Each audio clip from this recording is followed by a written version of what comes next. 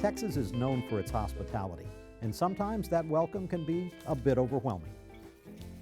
One of the procurement people who came out remembers that he was at a hotel one night and woke up the next morning. Joskies had brought several Stetson hats for the people who were here. A lot of businessmen wanted to offer people free trips. They wanted to offer them cars, houses. It was very, very positive. It was very friendly. People could not do enough to help you out.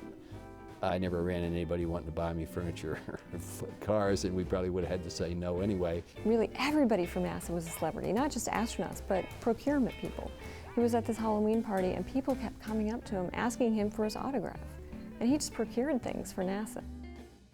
The welcome peaked with a parade on the 4th of July, 1962. I believe it was a mile-and-a-half parade through the downtown streets, Main Street. I think there were about 150,000 onlookers. The astronauts were flown in along with their families. Wally Schirra, who was next to fly, came by himself. He had actually come from the Cape, and he was actually holding up 6 fingers as he was going through the parade because he was supposed to fly 6 orbits on his next flight.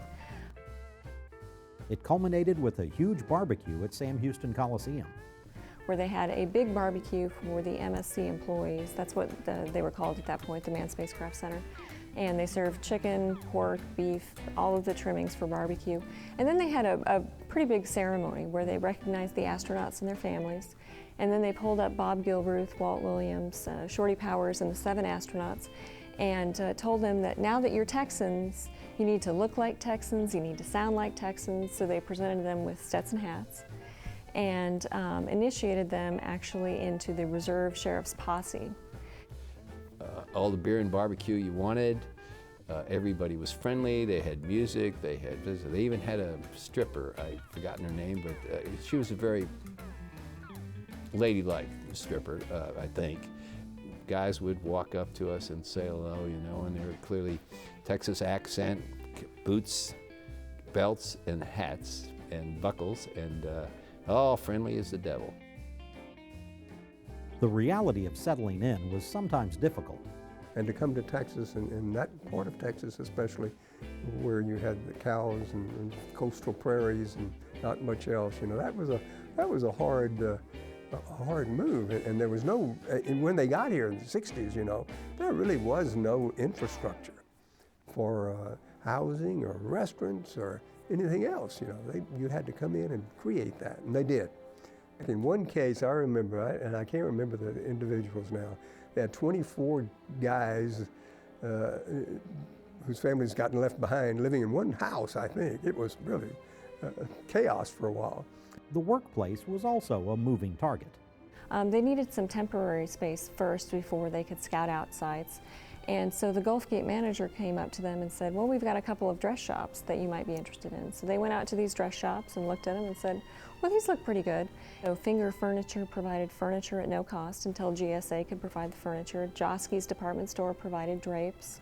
Until they could hire a receptionist, Continental Airlines actually offered them a hostess.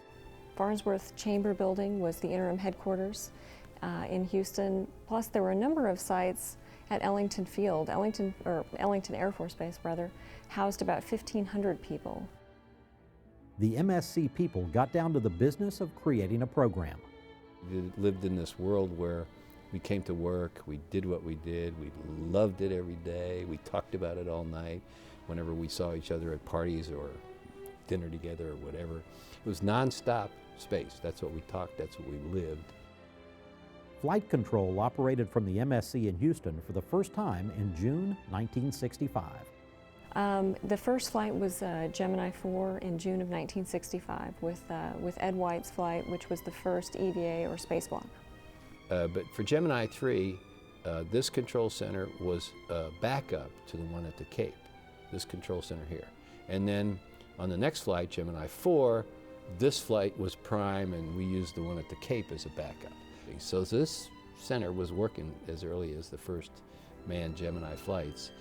And then, of course, after the second one, we shut the one at the Cape down and we did all of our work out of here. From a frontier-like beginning, Houston has now been ingrained in NASA for almost 50 years. We were made to feel completely at home. I mean, Texas quickly became home. not only to the new young fellows like myself, but also to some of the old hands, the senior people who would have preferred to stay in Virginia. I think when they got here, they were comfortable with the attitude. It was the kind of attitude that it was easy to relate to. It was can-do, it was positive, we can do this, we can do anything kind of attitude, much of which still prevails today. Up next, Audrey Jones Beck.